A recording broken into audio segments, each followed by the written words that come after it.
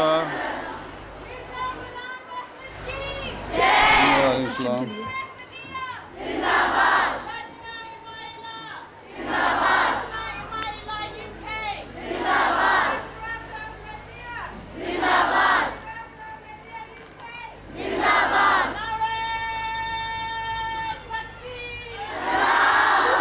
चलो बैठ जाओ.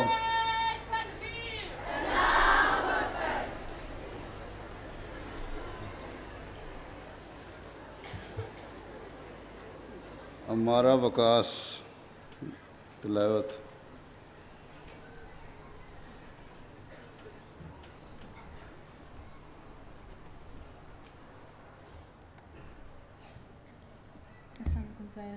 वालेकुम सलाम.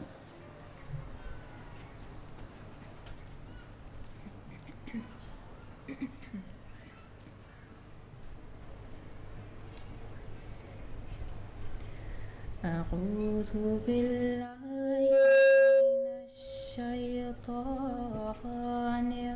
الرجيم.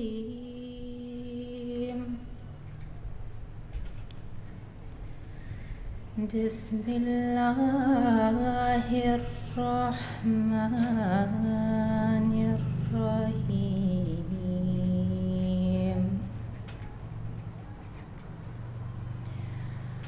والذين آمنوا وعملوا الصالحات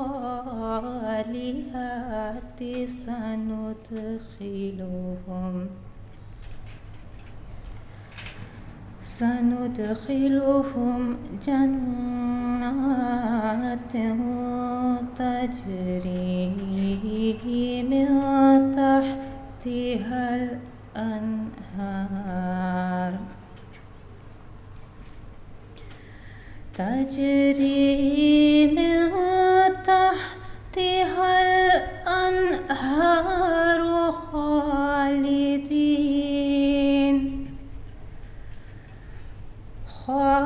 خالدين فيها أبدا.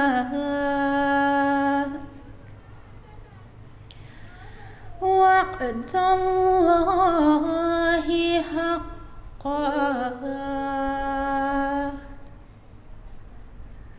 ومن أصدق من الله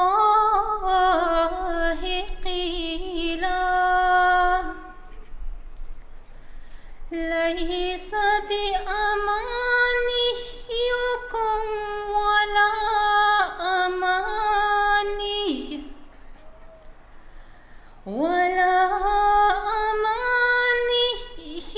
أهل الكتاب. من يعمل سوءا يجز به ولا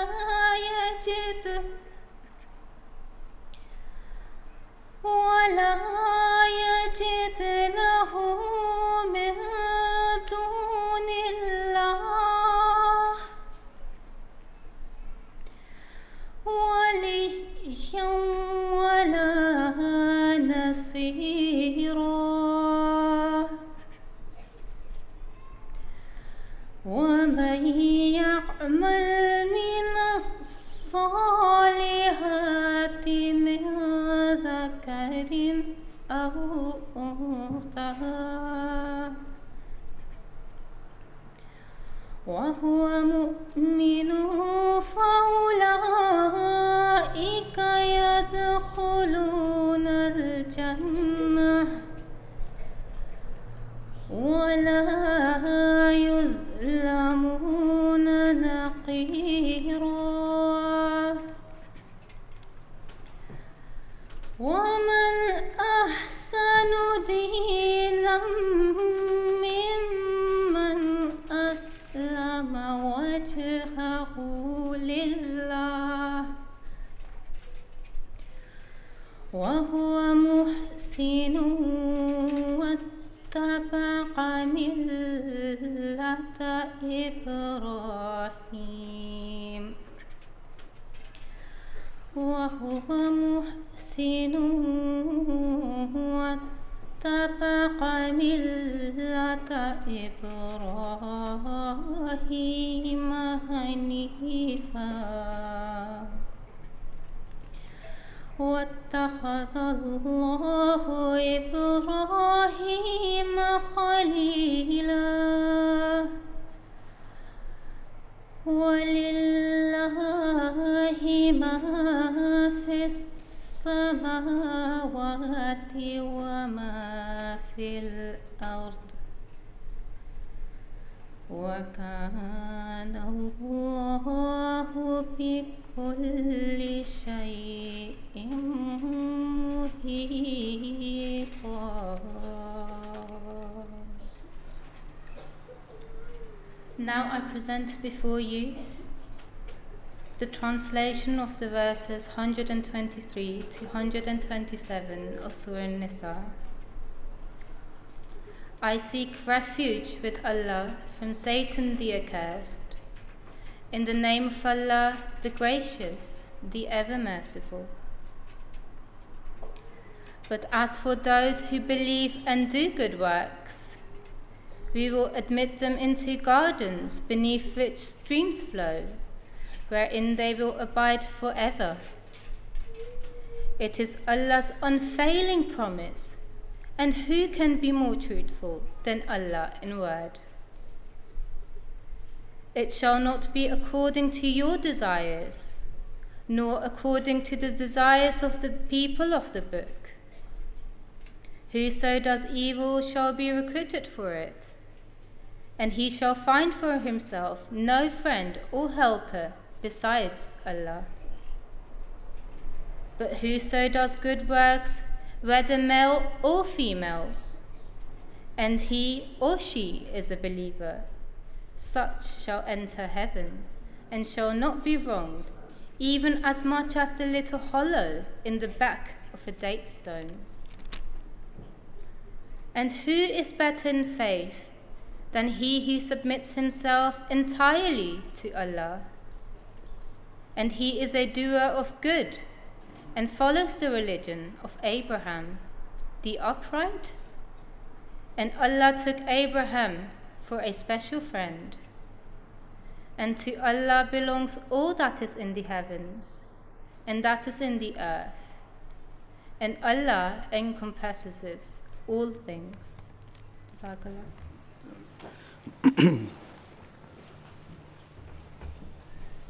Please stand up for pledge.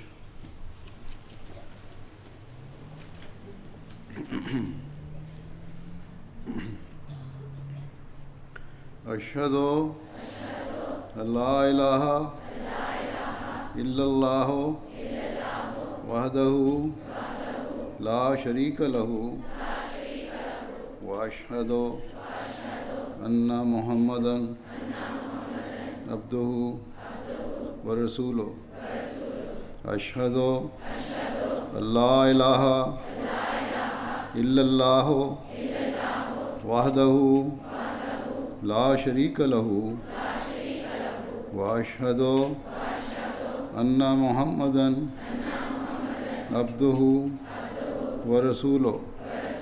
Ashhadu an la ilaha illallah wahdahu la sharika lahu wa ashhadu anna Muhammadan abduhu wa rasuluh. I bear witness that there is none worthy of worship except Allah, the One, without any partner. And I bear witness that Muhammad sallallahu alaihi wasallam is his servant and his messenger. I affirm that I shall always be ready to sacrifice my life, property, time, and children for the cause of faith and the community. I shall always adhere to truth and shall always be prepared to make every sacrifice for the perpetuation of the Ahmadiyya Khilafat. Inshallah.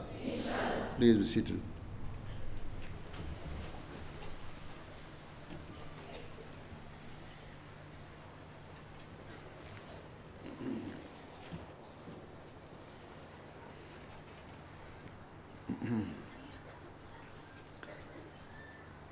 Nazm Rizwana Shams Sahiba.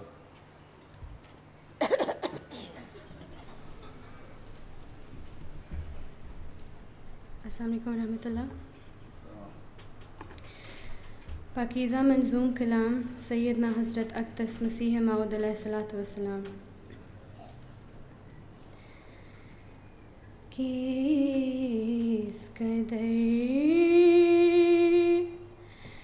ज़ाहिर है नूर उस मबदाउल अनवार का,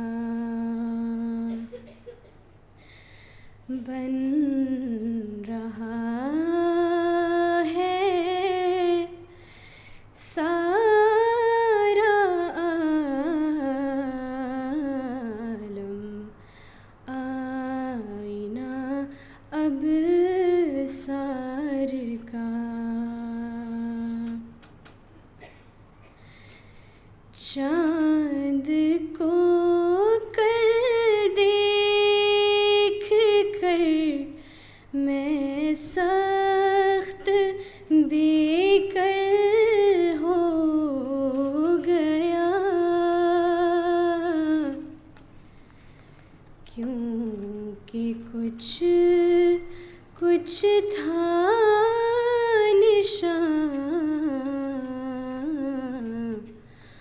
उसमें जमाले यार का,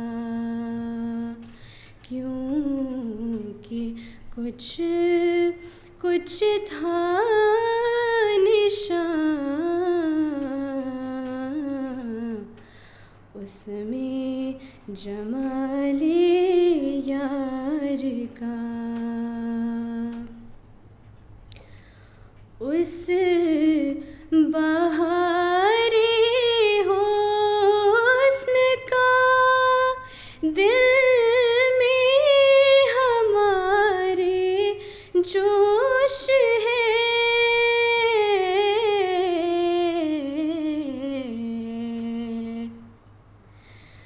मत करो कुछ जिक्र हमसे, तुर्क या तातार का, मत करो कुछ जिक्र हमसे,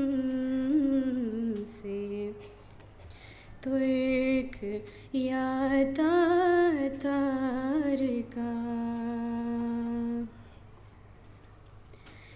है अजब जलवा तेरी कुदरत का प्यारे हर तरफ, है अजब जलवा तेरी कुदरत का प्यारे हर तरफ,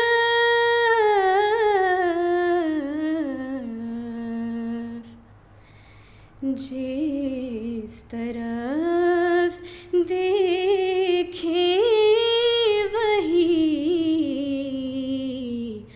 राह है तेरे दीदार का, जिस तरफ देखे वही राह है तेरे दीदार का। चश्माए खुर्शीद में मौजे तेरी मशहूद हैं चश्माए खुर्शीद में मौजे तेरी मशहूद हैं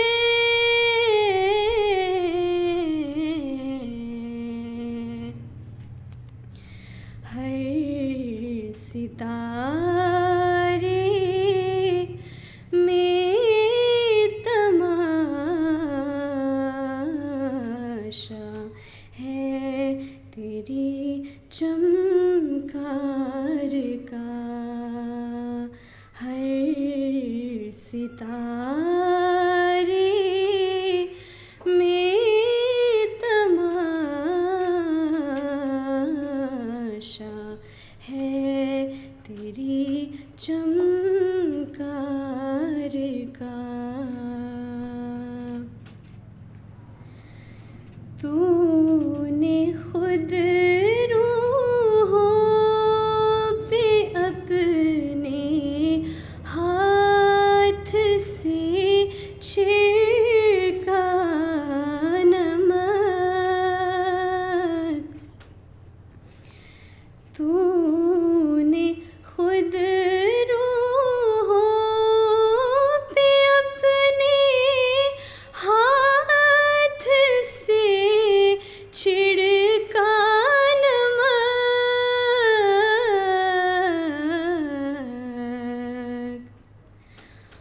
उससे है शोरे महब्बत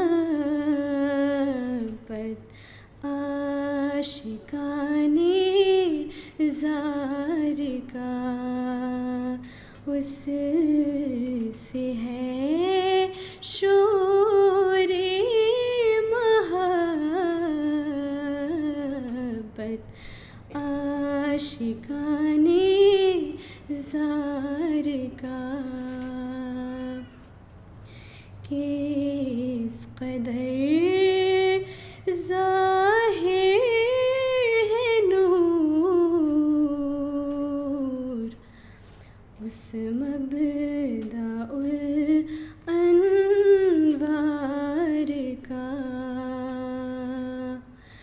बन रहा है सारा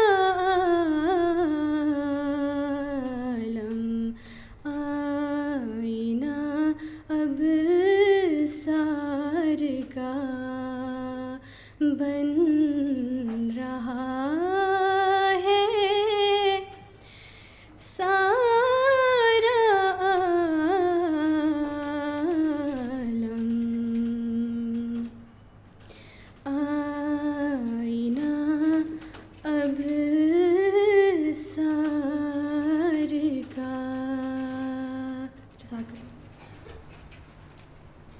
Reports, Sadr Sahiba Lajna.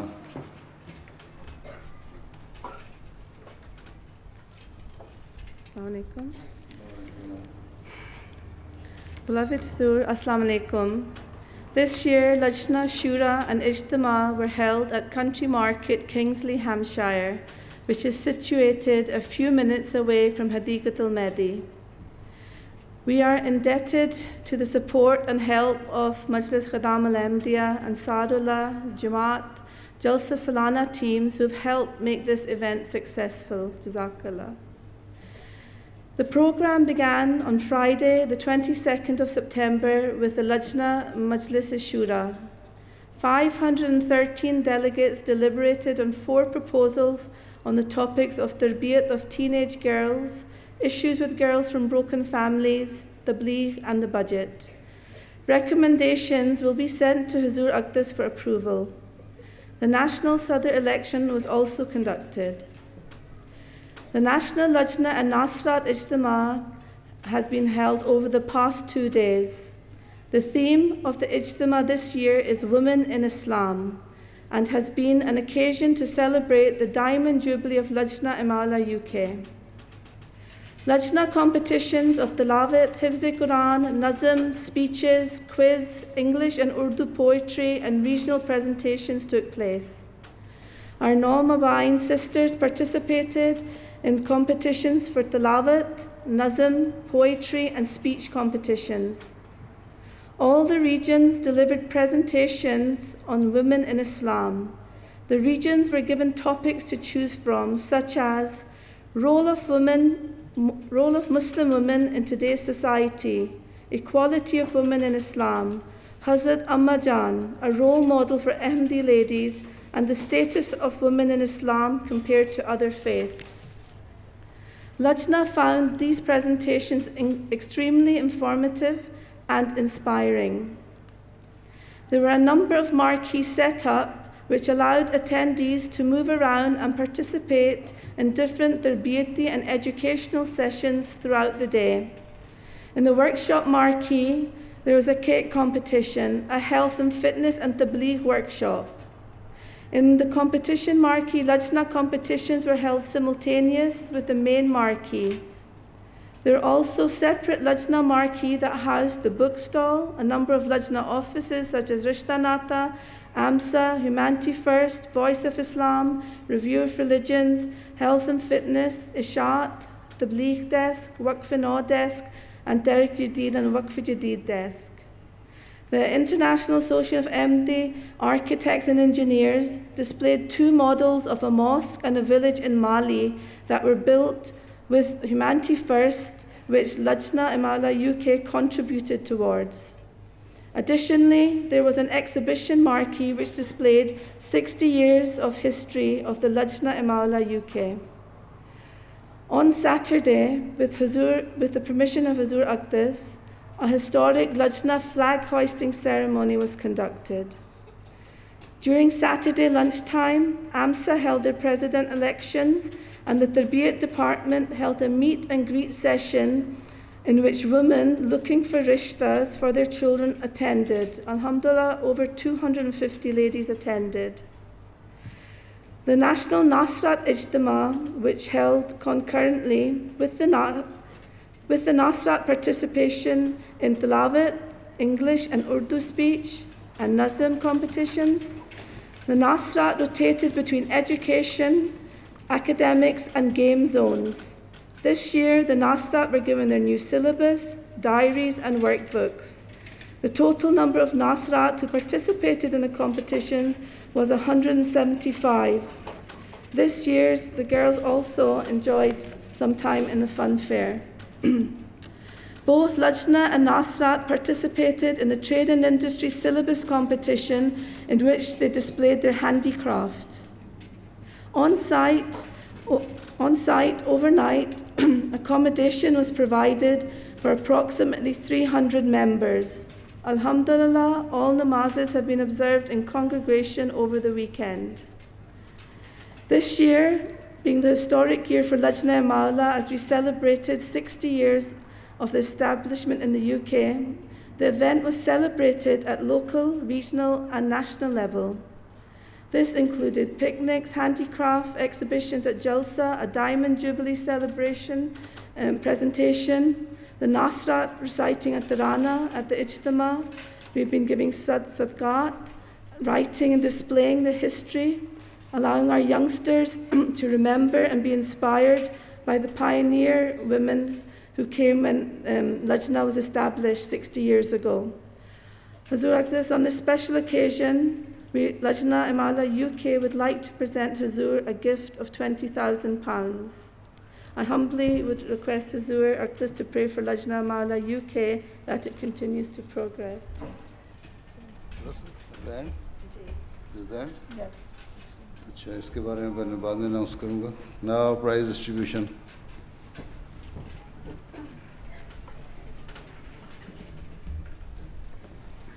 Assalamu alaikum, Hazur.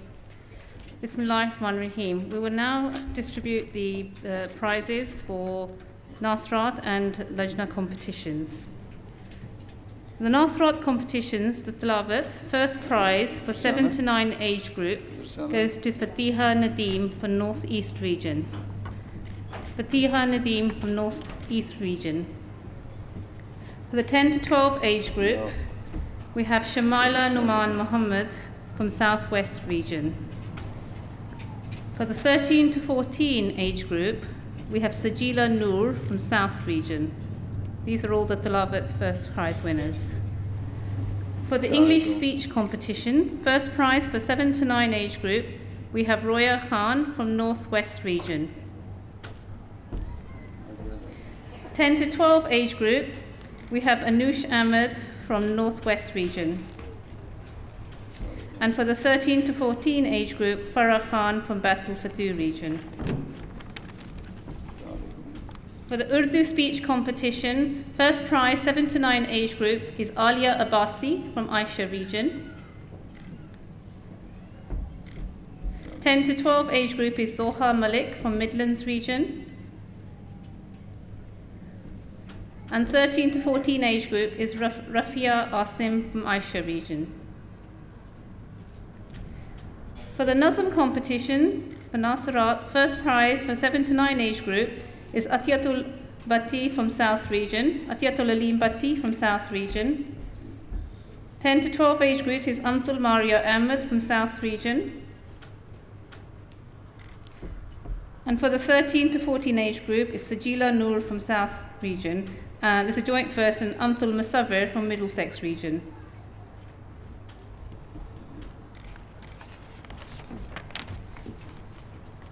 We also have 3 prizes, special prizes for Nasrat who have made extra effort in memorizing the Holy Quran, Hadith and prayers. The first person is Maria Ahmed from Southall. Second is for Sarah Butt from South Cheam. These are special awards for memorizing the Holy Quran, Hadith and prayers. And the last award goes to Fahana Aziz from Roehampton. We also have a prize for the Nasrat that raised the most money for charity. And the Majlis is Slough. So we'll ask the Nasrat Secretary to collect that prize for the Nasrat from Slough who have raised the most money for charity. We now have the Trade and Industry prizes. The first prize is for an Excellence Award, which is given in recognition of the special efforts and achievements of ladies in business. The factors that we take into account are the ladies who have overcome personal and business challenges and their commitment to Jamaat and Lajna Imaillah. This year's winner is Famida Umar from Fazl Mosque. Famida Umar has worked exceptionally hard to establish her own beauty salon in a short period of time, and she is a dedicated worker who has demonstrated her commitment and contribution to Jamaat's service over many years. The following prizes are for the highest fundraising majalis for Lajna premises. For the large majalis, it's Roehampton.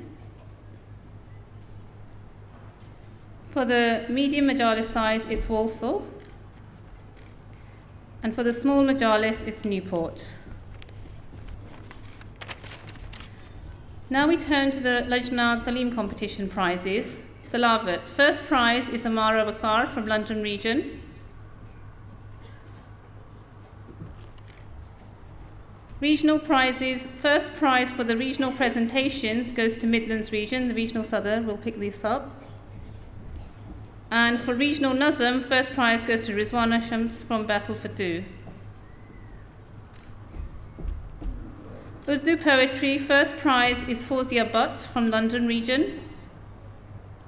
And English poetry competition, first prize goes to Rashida Nasir from Islamabad region.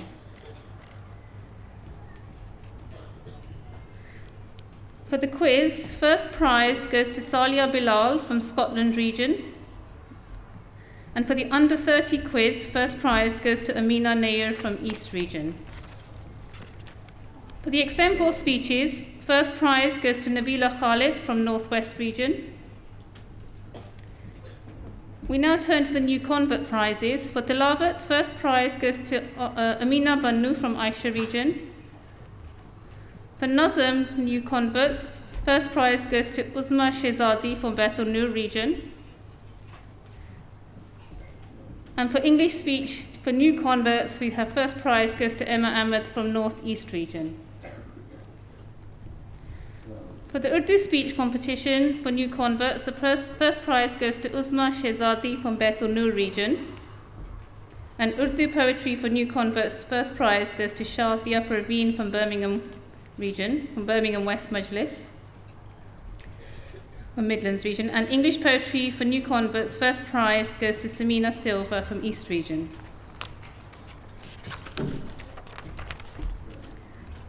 We now have prizes for the Thallium end of year test. For Urdu, first prize goes to Rifat Ahmed from Leicester. And for the Thallium end of year test in English, first prize goes to Maria Mohammed from Gillingham.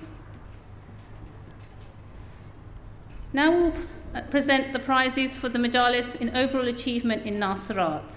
For the small Majalis, first prize goes to Wolverhampton. The Nasirat secretary will collect this. Second prize goes to Redbridge North. And third prize goes to Balham. For the medium Majalis, first prize goes to Mitcham. It's overall achievement in Nasirat.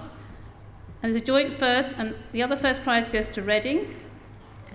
Second prize goes to Morden South.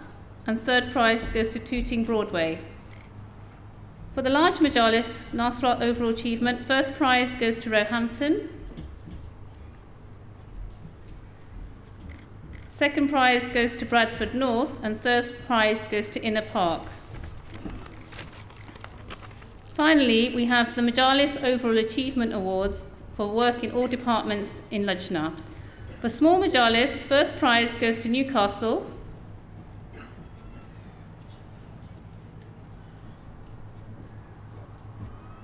Second prize goes to Burton-upon-Trent.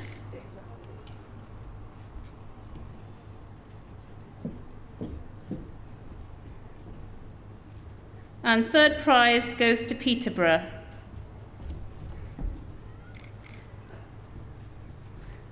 For the medium Majalis overall achievement awards for Lajna, first prize goes to Walsall. Second prize goes to Tolworth. And third prize goes to Tooting Majlis. For the large Majalis, first prize goes to Roehampton Majlis.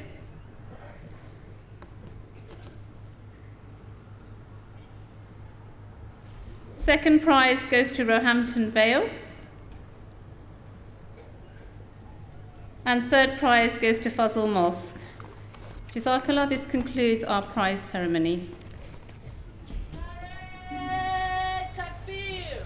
Allahu Akbar! Nare Takbir! Allahu Akbar! Lajna Imaillah UK! Zindabad! Nasratul UK! Zindabad! Nare Takbir! Allahu Akbar! Nare Takbir! Allahu Akbar! Assalamu alaikum wa rahmatullah.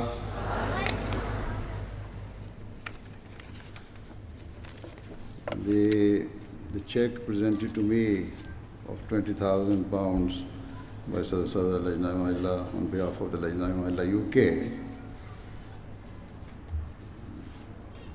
I thank Lajna Imaillah UK for this gesture, and I will give this check, this amount, to Jamaat UK for the reconstruction and rehabilitation of the burned part of the Baitul Futuh Mosque. This check will go to Mirza UK.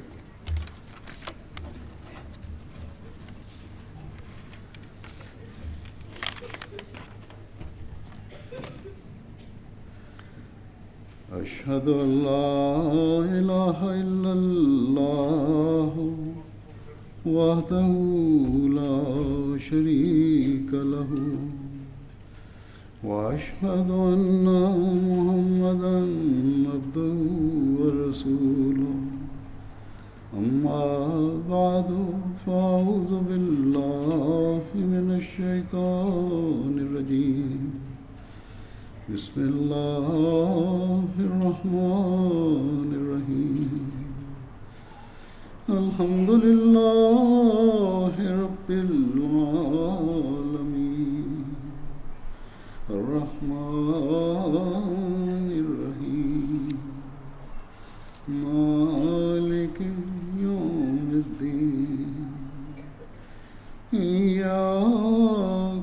نعبد وإياك نستعين اهدنا الصراط المستقيم صراط الذين أنعمت عليهم غير المغضوب عليهم ولا الضالين.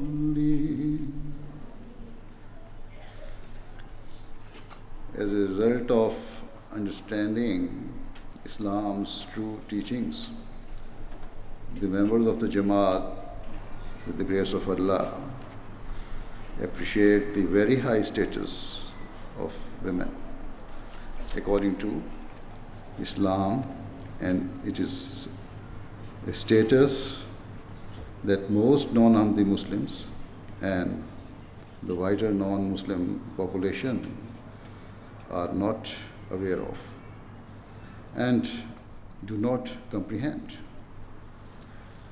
Today, your Ijtema, which is purely for Ahmadi women and girls, is concluding, and during the event, many activities and events have taken place in order to increase the religious knowledge, morality, and spirituality of the participants. Furthermore, from an administrative perspective, this Ijtema has been organized and run by women from start to end. And they will have made a program that is attuned to the needs and preferences of our ladies and girls. Hence, this Ijtema is a collective and practical demonstration of the great status bestowed upon women by Islam. One allegation often leveled against our religion is that it discriminates against women or considers them to be less than men. However, this is in complete contrast to Islam's true teachings. In chapter 4, verse 2 of the Holy Quran, the creation of human race is mentioned, and it states that Allah created humankind from a single soul.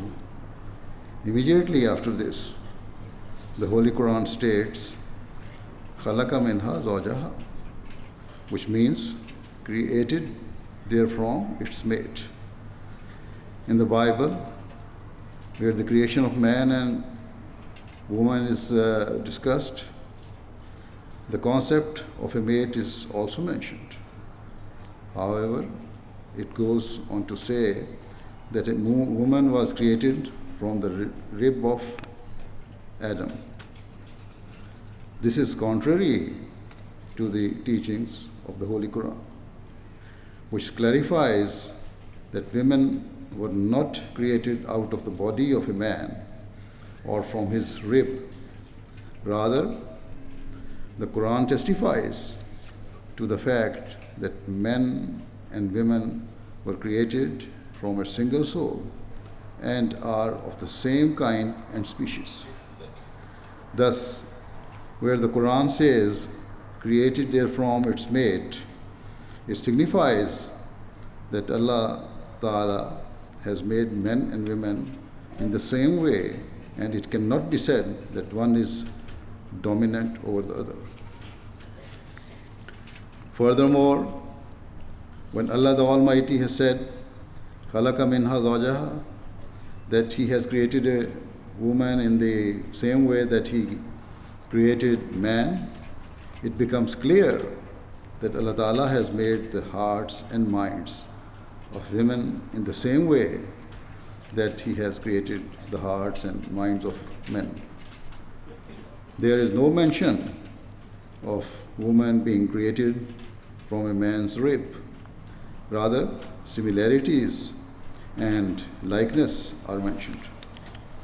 Despite this, throughout history, there have been occasions where men have sought to prevent women from fulfilling their potential and responsibilities, whilst at other times, women have sought to stop men from fulfilling their duties and responsibilities. Whether due to a superiority complex or an inferiority complex, at times men have considered themselves to be intrinsically different to women, or women have considered themselves inherently different to men.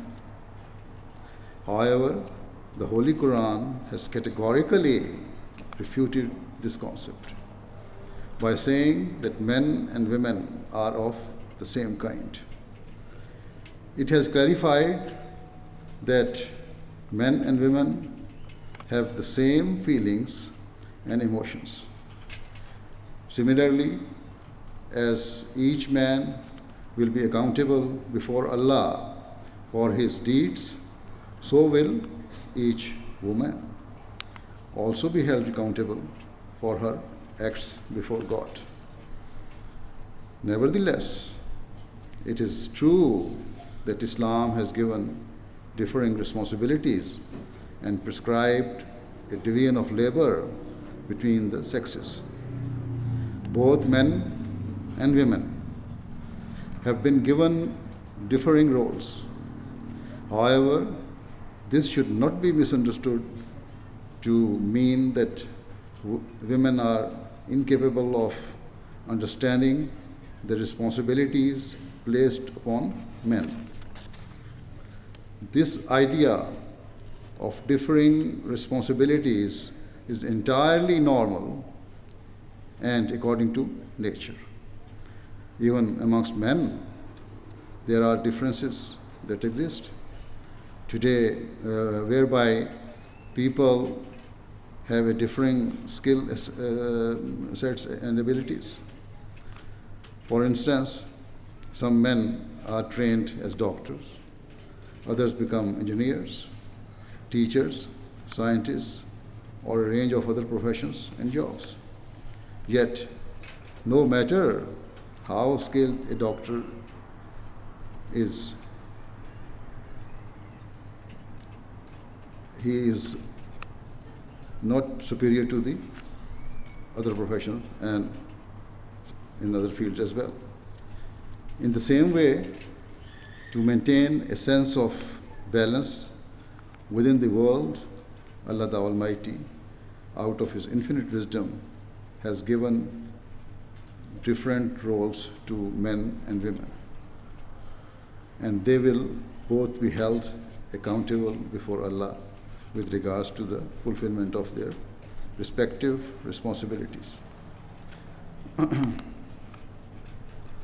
Indeed, the Holy Prophet Muhammad sallallahu alaihi wasallam said that just as it is the duty of a shepherd to protect his sheep, similarly, it is the duty of every man and woman to fulfill their prescribed duties.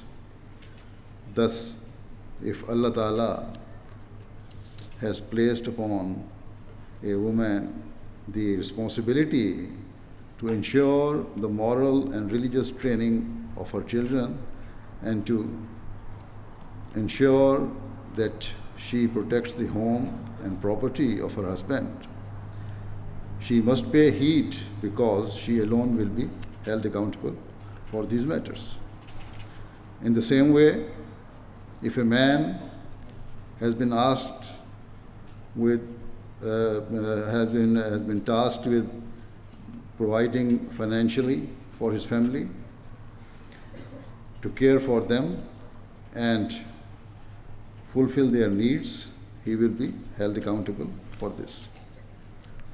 The fact that Islam has allocated different duties to men and women does not mean that women do not have the ability to do the work of men or are inferior to in any way. As I said at the beginning, this Ijtema is being organized by Lajna members and is a great example of the excellent capabilities and organizational skills of our Ahmadi women. In fact, this Ijtema is actually a product and manifestation of the continued work and progress of Lajna Imaillah. Thus, any man who thinks that women should not take an active part in religious affairs or make sacrifices for their faith and should stay away from religion and just remain a decoration for their husbands to enjoy is guilty of extreme ignorance.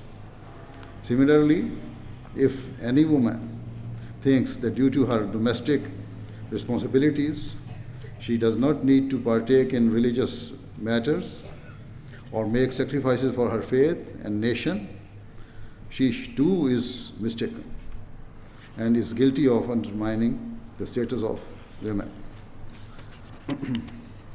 It was for the very sake of making our Ahmadi women understand their responsibilities and to remove any doubt about the need for women to be involved in religious matters and other activities, as Muslim Maud established Lajna Imaillah, so that every Ahmadi lady could become an active member of the Jamaat. Very beautifully, as Muslim Maud said that for a man the best name is Abdullah. And in the same way, the best name for a woman is Amtullah, because any man should desire above all to be a man of God and his servant, whilst any woman should desire to be a woman of God and his servant. Indeed, in the Holy Quran, of all the qualities of the Holy Prophet ﷺ, one mentioned by Allah the Almighty is of his being Abdullah, a true man of God and his servant. Therefore, to be a sincere servant of Allah should be the greatest desire for any Muslim lady, and this is the reason your auxiliary organization has been named Lajna Imaillah. Accordingly, every Ahmadi woman should sincerely strive to be a servant of God so that they may become an heir to his rewards rather than inheritors of his wrath and anger. In worldly terms, a person who has fulfilled his duties in the best way is presented before the monarch in order to receive an honor or reward, whilst a criminal is presented before the authorities for sanctions and punishment, whilst covetous glances are cast in the direction of the person who receives honors. Criminals are looked upon with disgust and pity. Thus, every lady, every woman should seek to ensure that she understands her duties and strive to be amongst those who attain the reward of Allah the Almighty. In terms of your duties to the Jamaat and faith, you should remember that in the eyes of Allah, the responsibilities and duties placed upon men and women are the same, and both must be ready to fulfill their pledges and make sacrifices for the sake of Islam.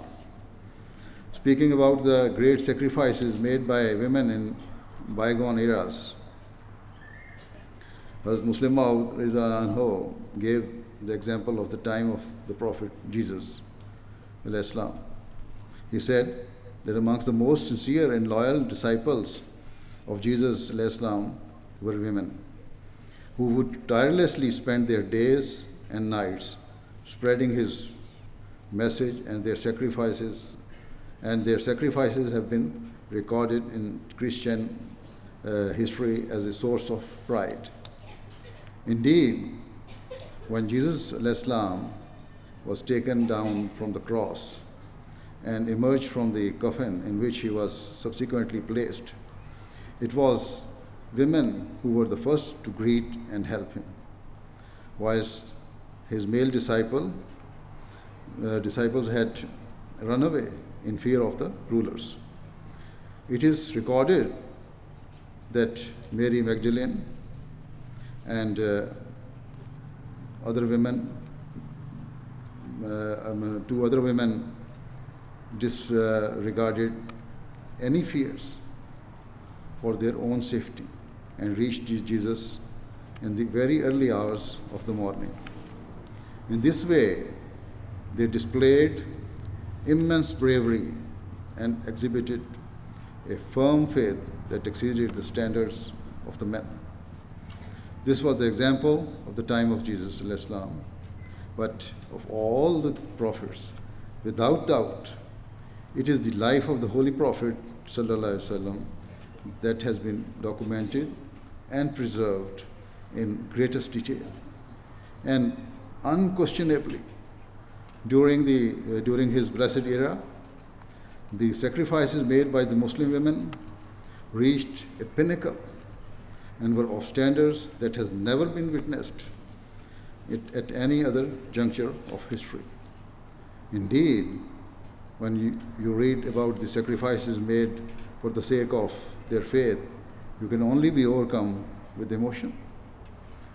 During that early period of Islam, the Holy Prophet ﷺ and his followers were subjected to ferocious levels of persecution, and unspeakable cruelties were inflicted upon them. Whilst all the early Muslims had to face persecution, nonetheless, the treatment of Muslim slaves was even more inhuman and brutal. For example, amongst the companions were a husband and wife. Both of them were slaves of a non-Muslim, and their owner inflicted such merciless and terrifying cruelties upon them that merely reading about their treatment leaves a person shaken to the core. They would be forced to lie on scorching hot sands and beaten relentlessly on their chests and bodies. They would be left to burn to the point that their eyes would become completely red and swollen beyond all limits. Yet their master showed no remorse or mercy. On one occasion, upon seeing how they were being tortured and made to lie upon the burning sands, the Holy Prophet ﷺ became overwhelmed with emotion. He was grief-stricken, like a father witnessing his children being beaten before his very eyes. He observed how the slave master sought to compel them to reject the Holy Prophet ﷺ and to accept his belief that there were many other gods apart from Allah the Almighty. Overcome with sorrow, the Holy Prophet ﷺ turned towards Allah and remained engaged in prayer for some time. Thereafter, with great emotion, the Holy Prophet ﷺ addressed the Muslim husband and wife and said, be patient, be patient. Surely Allah will remove you from these pains very soon, and in return, He has made a home for you in paradise. As a result of the continued torture, it was not long before the husband breathed his last. Thereafter,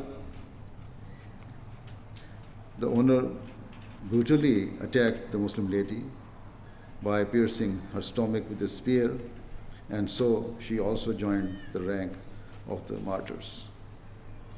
These slaves were not of any worldly rank or status. Yet, due to their acceptance of the Holy Prophet ﷺ and their impeccable standards of faith, they scaled the highest spiritual mountains and have been recorded in history for evermore. They were the people who gave every possible sacrifice and bore every form of torture for the sake of their belief in the one God. The persecution of Muslims in Mecca continued unabated, and finally, when it went beyond all limits, as the enemies of Islam continued to increase their evil plots, the Holy Prophet ﷺ instructed his companions to migrate to Ethiopia.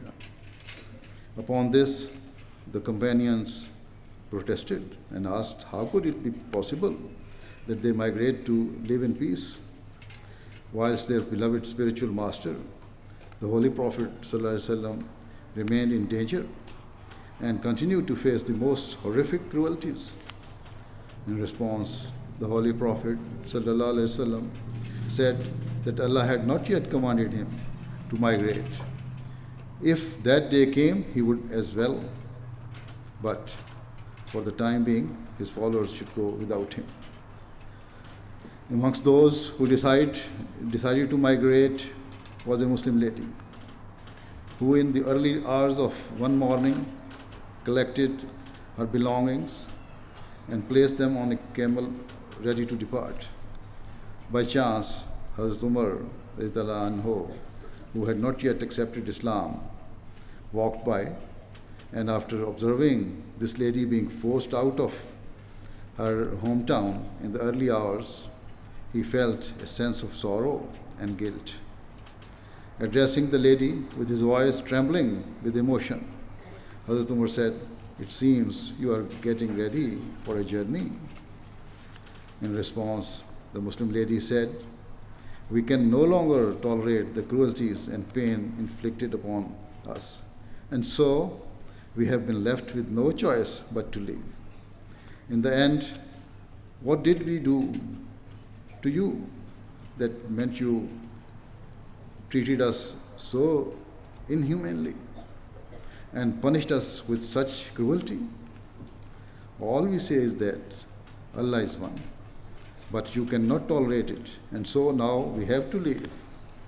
This desperate and emotional response of the Muslim lady caused Hazrat Umar, who was still a formidable opponent of Islam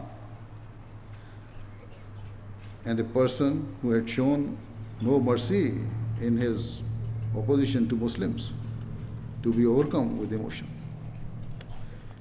As tears rolled down his cheeks, he could only bring himself to meekly say goodbye and all the best before turning away. Similarly, there is a famous incident pertaining to the sister of Hazrat Umar radhiyallahu anhu.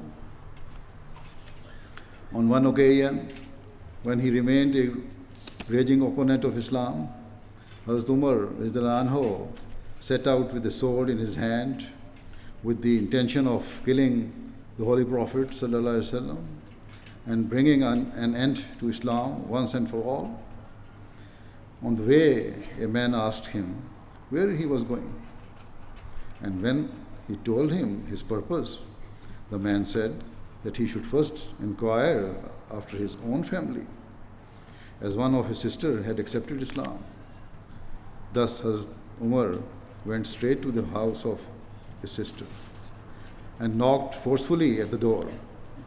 His sister and her husband were reciting the Quran, and upon realizing that Hazrat Umar had come, they hid their Muslim teacher as well as the pages of the Quran.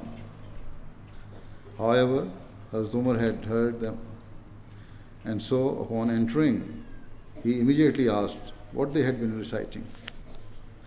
His sister replied, "We were reciting the Holy Quran."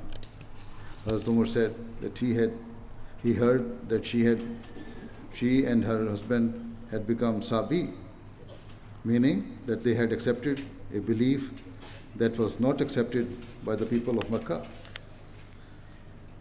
In a fit of rage, Hazrat Umar lunged forward in an attempt to strike his brother-in-law. But with great defiance and courage,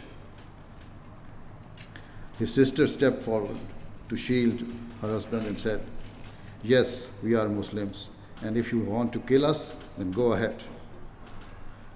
Hazrat Umar was unable to withdraw his hand in time, and so he struck his sister accidentally or unintentionally in the face with such heavy force that she was wounded and blood gushed forth from her nose. Upon witnessing how his sister had sacrificed herself to protect her husband, Hazrat Umar was left astonished. Despite his hatred for Islam, Hazrat Umar was good at heart. And so, after seeing the blood on his sister's face, he felt shame and regret, for he knew that rather than protect his sister, as was his duty, he had been in means of grievously injuring her. Feeling restless and racked with guilt, his aggressive tone suddenly changed, and he timidly asked his sister if she would bring the pages of the Quran for him to read.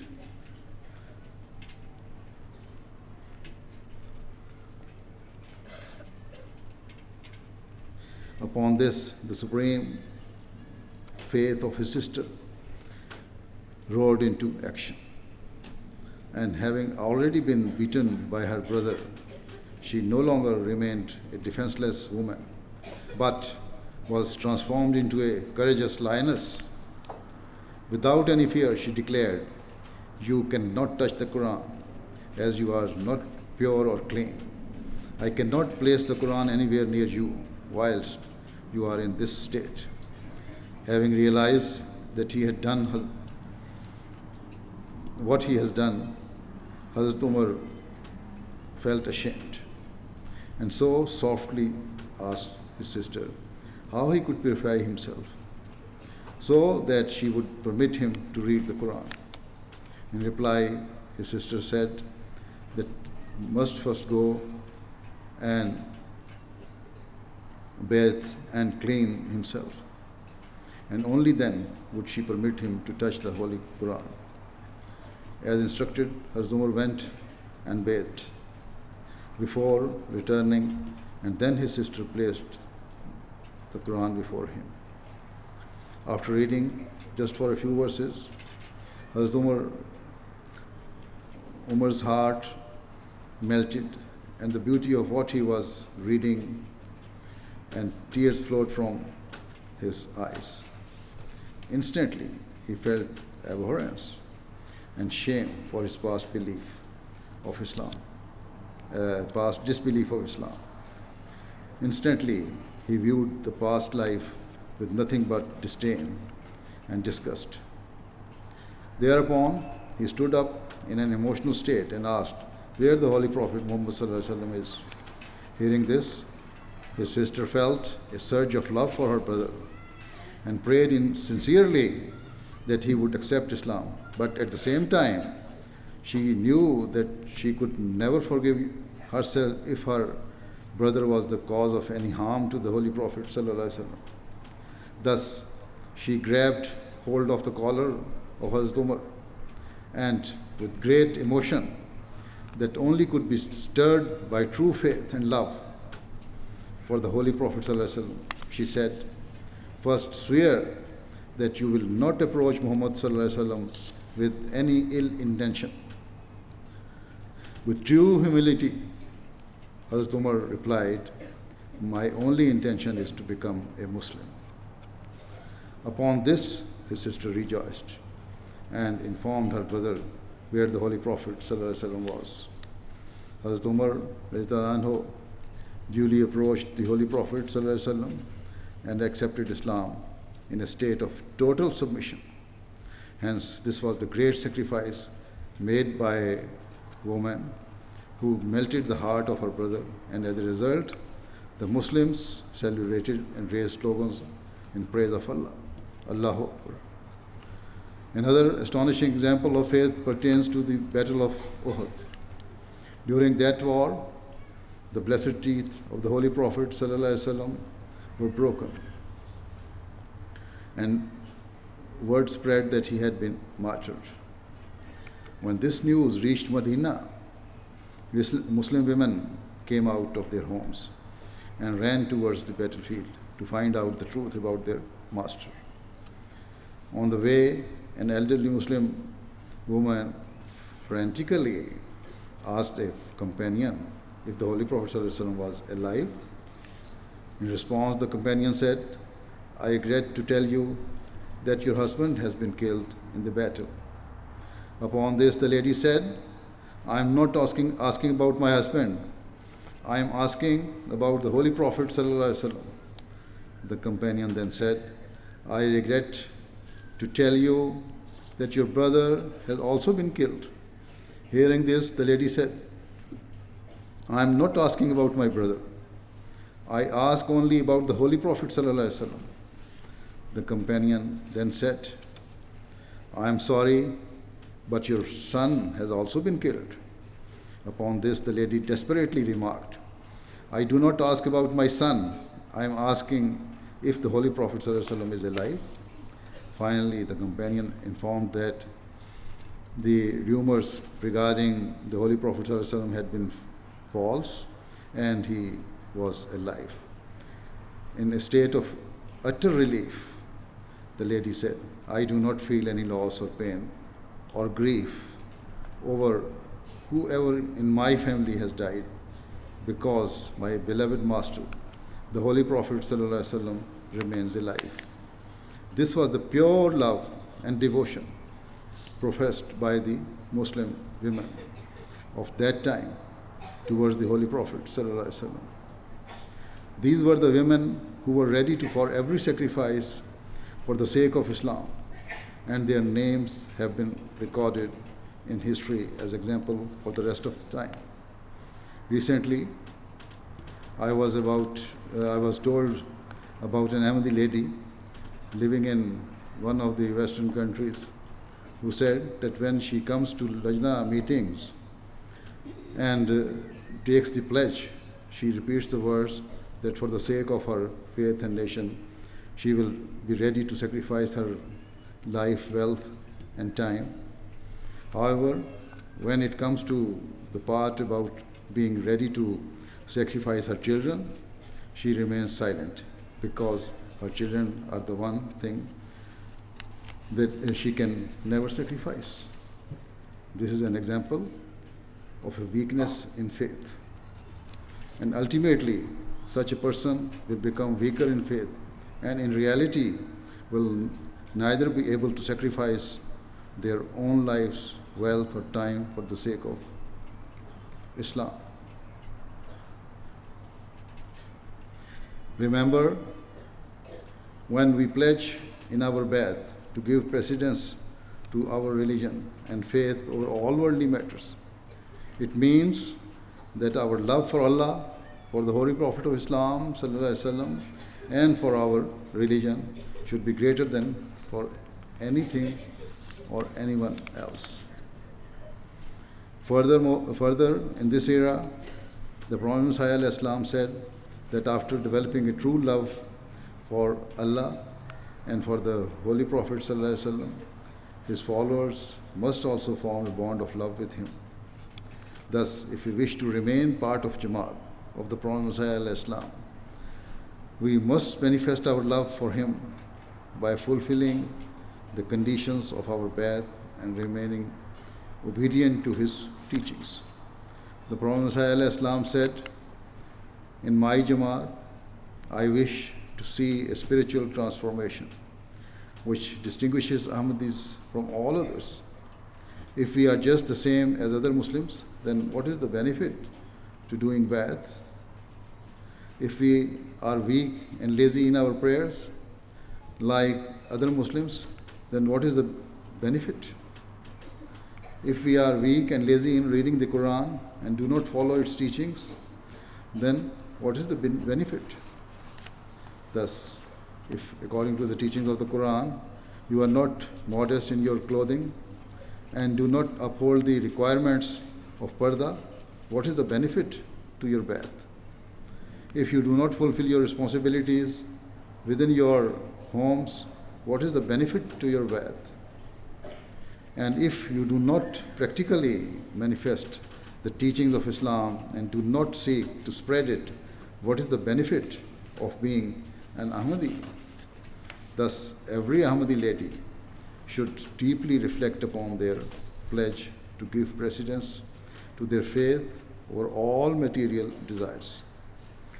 Every one of you should constantly analyze and think about whether you have the same spirit and devotion for serving your religion that the female companions of the Holy Prophet ﷺ had. Ask yourselves if you have the same true and sincere love for Allah, the Almighty, and His noble Messenger ﷺ as the companions did. Reflect upon whether you have acquired the religious knowledge and insight needed to fulfill your duties. Consider if you are a true role model of your children and if you are bringing them up in the same righteous way that the companions raised their children.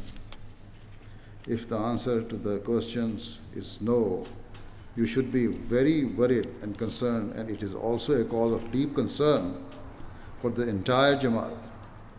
Let it be clear that you, our Ahmadi women and girls, are not living lives without purpose.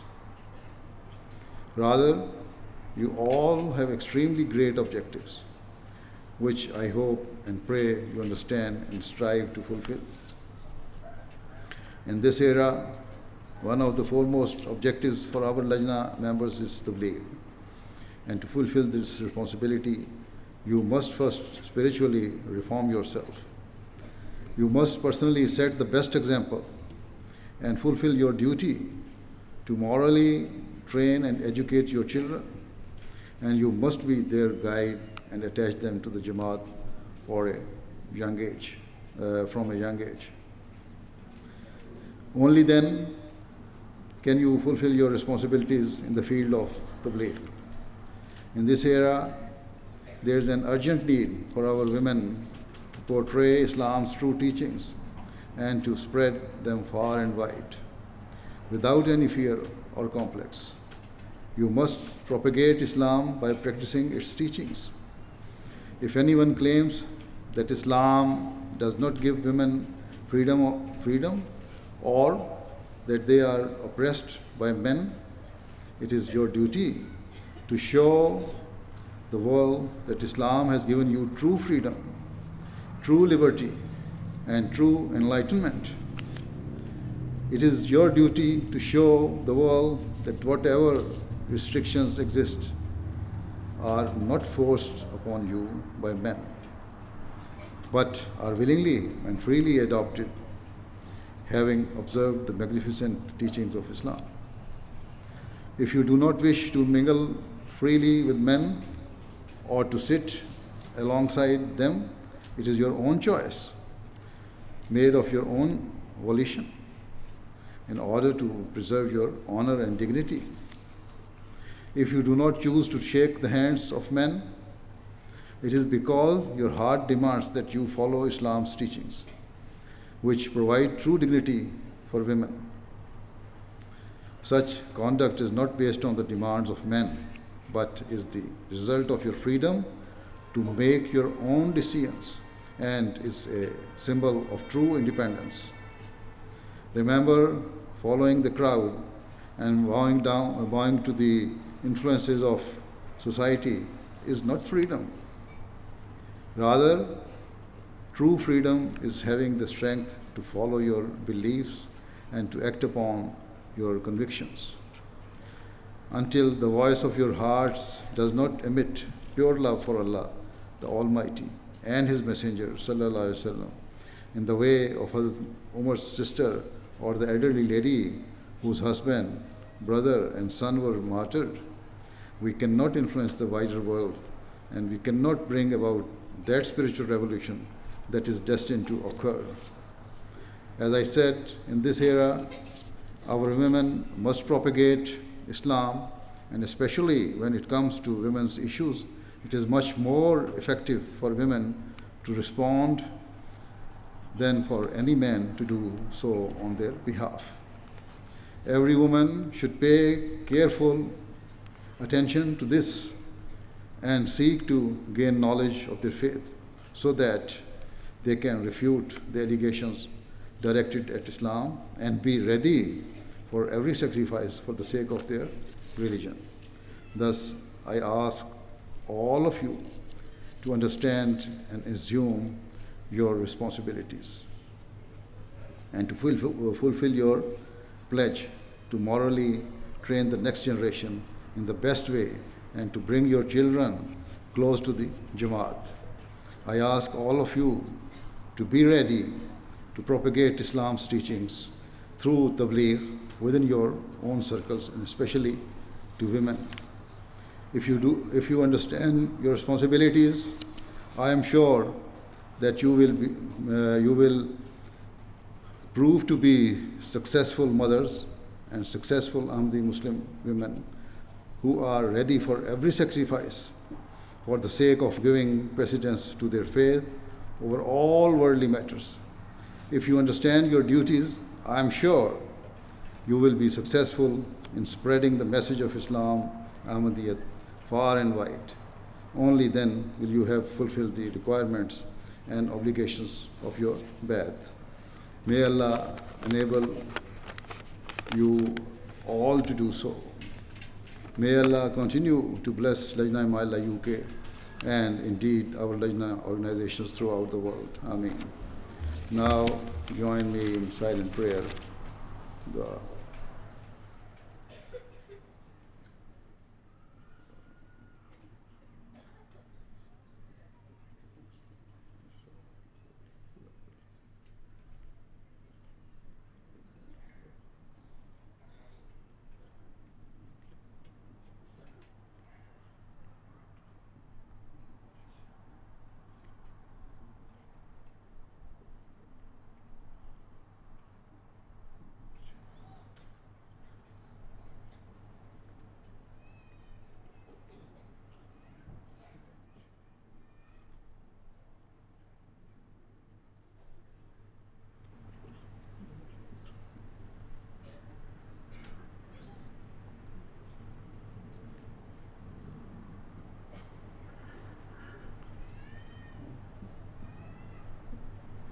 Ameen.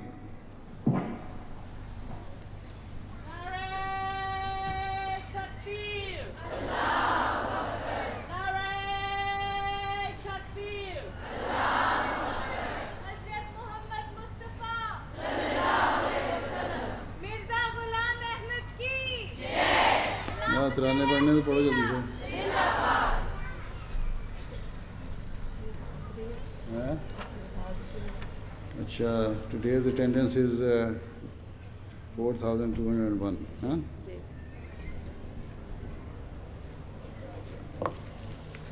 Assalamu alaikum. Yes. Blessings of God, light of the future, sprinkling the path, this magnetic treasure. Sprinkling the path, this magnetic treasure. A sun in the night of darkness, sweeping with all powerful brightness. Lajna Imaillah, United Kingdom, 60 years, God's diamond.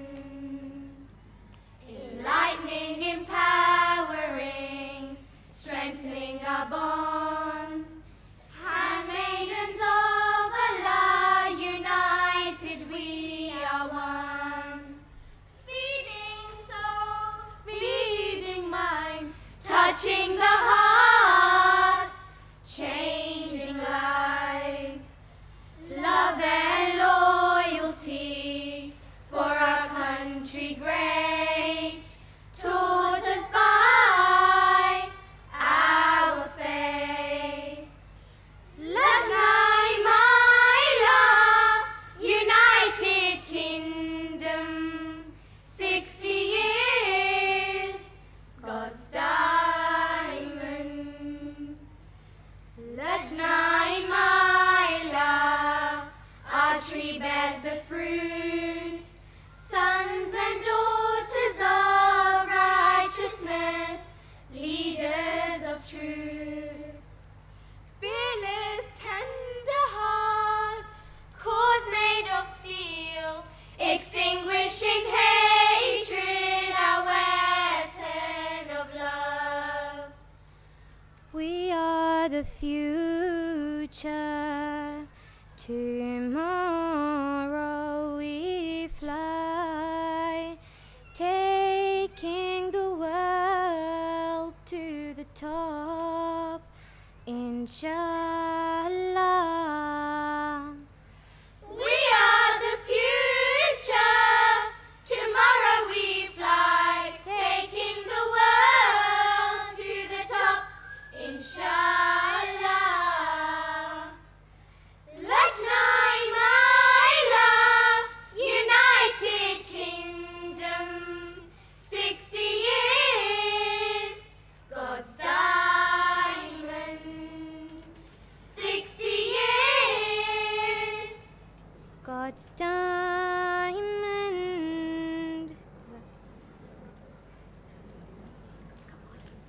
Nare Takbir, Allahu Akbar, Islam Ahmadiyyah, Zindabad, Nasratul Ahmadiyyah. एक बस ये नजर कराना था वो एक ही था अच्छा वो करने आ रही है Nare Takbir! Allahu Akbar! Nare Takbir! Allahu Akbar! Hazrat Muhammad Mustafa, Sallallahu Alaihi Wasallam! Ghulam Ahmed Ki! Jai! Khilafat-e Ahmadiyya, Zindabad! Lajna Imaillah! Zindabad! Lajna Imaillah UK! Zindabad! Nasaratul Ahmadiyya! Zindabad! Nasaratul Ahmadiyya UK! Zindabad! Khilafat-e Ahmadiyya! Zindabad! Shuhada-e Ahmadiyya, Zindabad! Shuhada-e Ahmadiyya, Zindabad! Hazrat Amirul Mu'mineen. Zindabad! Hazrat Khalifatul Masih Al-Hamid. Zindabad! Ummahat-e Shuhada, Zindabad! Binnat-e Shuhada, Zindabad! Nare Takbir, Allahu Akbar! From 1957 to 2017, Lajna UK is 60 years now. Oh, let's celebrate, celebrate, celebrate. Oh, let's celebrate the Diamond Jubilee. La ilaha illallah, Muhammadur Rasulullah. La ilaha illallah, Muhammadur Rasulullah. La ilaha illallah, Muhammadur Rasulullah. La ilaha illallah,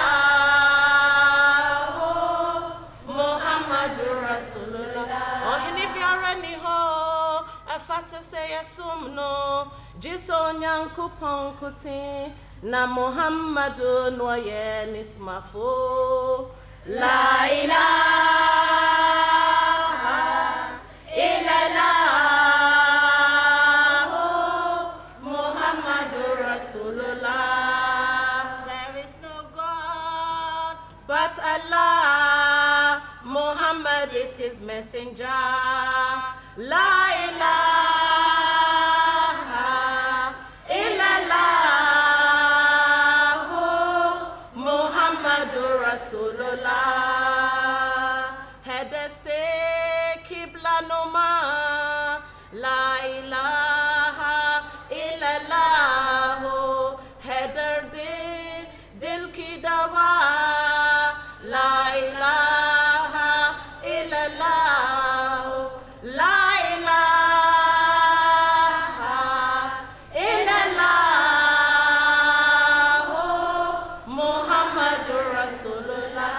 Kisi ki chashmi fasu, साजने किया जादू तो दिल से निकली सदा ला इलाहा इल्लल्लाह ला इलाहा इल्लल्लाह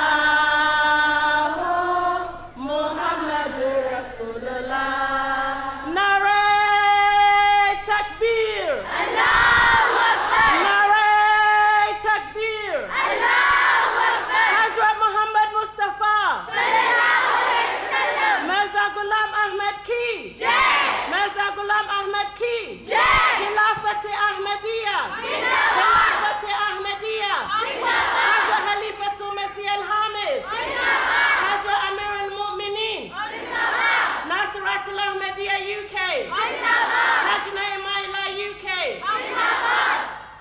Waqfati No UK Nare Takbir Assalamu alaikum wa rahmatullah. Assalamu alaikum wa rahmatullah.